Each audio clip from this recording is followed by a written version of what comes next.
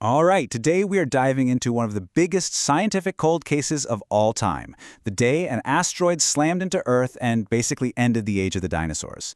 And believe it or not, scientists are now using some incredible technology to recreate that exact moment. So here's the big question, right? How in the world do you recreate an apocalypse?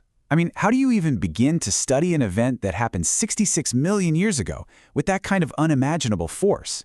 It's a huge challenge, but researchers are taking it on with some brilliant new tools. Okay, let's set the scene. Our crime scene? The Chicxulub crater. We're talking about a 200-kilometer-wide scar on our planet, now buried deep beneath the Yucatan Peninsula in Mexico. The scale is it's almost impossible to wrap your head around. This is ground zero for a global catastrophe. And this was the weapon. The asteroid that did the damage was about 10 kilometers across. I mean, just try to picture that. A mountain, a literal mountain hurtling down from space. That's what we're dealing with here. Now, let's talk about speed. It was moving at roughly 20 kilometers per second. That is just mind-bogglingly fast. To put that in perspective, it could cross the entire United States in about 3 minutes. The energy involved is, well, it's just off the charts. And all that energy means Chicxulub isn't just some simple hole. No, it's what scientists call a complex crater. The impact was so insane that the Earth's crust basically acted like a liquid for a second. It sloshed back and the center rebounded up, forming something called a peak ring. Now remember that term, peak ring, because it's going to be super important later. So how does scientists even begin to piece all this together? Well, they've got this kind of two-part detective's toolkit for looking into this ancient crime. On one hand, you've got the physical evidence. Geologists have literally drilled down deep into the crater, pulling up these amazing core samples that let us see the busted-up rock. And on the other hand, you've got virtual reconstruction. This is where they use massive supercomputers to try and hit replay on the whole event, second by violent second. And what those simulations show is this incredibly fast three-stage process. First up, compression. The instant the asteroid slams down, sending these huge shockwaves into the planet. Next, excavation.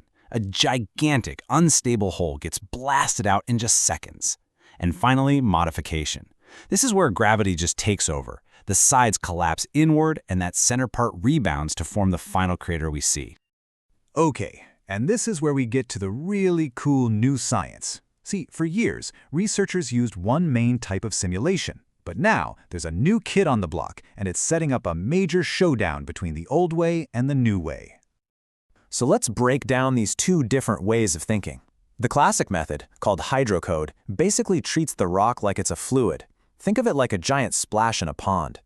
But this new approach, the distinct element method, or DEM, well, it does something totally different. It treats the rock like it's made of billions of individual grains. It's much more like modeling a giant collapsing sandcastle. And this is exactly why DEM is such a big deal. By tracking every single little particle, it's designed to be way better at showing how solid rock actually shatters and breaks apart under all that stress. It's a much more detailed, granular way of looking at the whole mess. All right, so the stage is set. The researchers basically created a virtual showdown. They were about to run a whole bunch of digital crash tests to see which model could actually get closest to the real thing. And the goal here was super clear. Can one of these computer models, starting completely from scratch, perfectly recreate the crater profile that geologists have measured from the real world?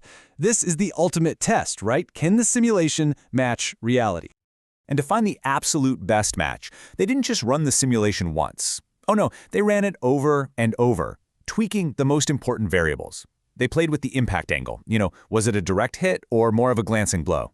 And they messed with the velocity, testing a whole range of speeds to see how that changed the final shape of the crater.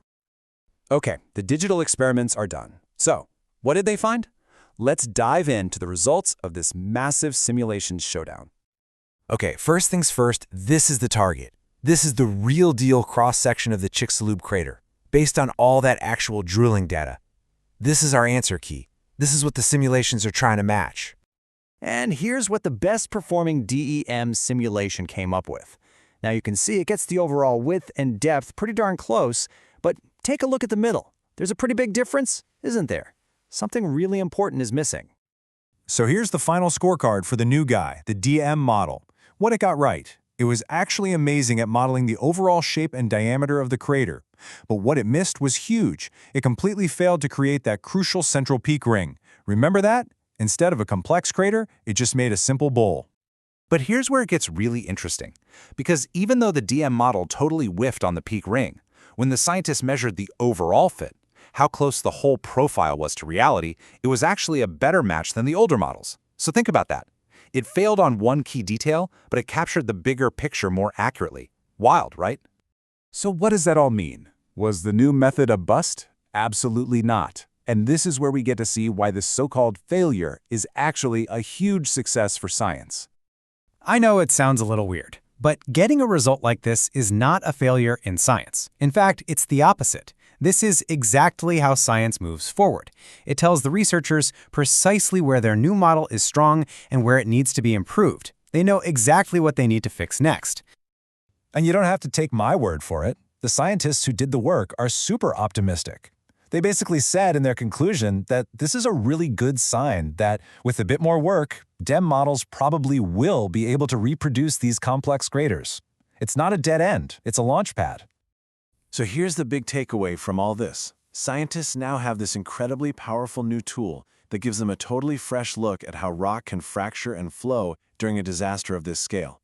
It's like having a brand new type of camera to investigate an ancient crime scene. And that really just leaves us with one final, exciting question.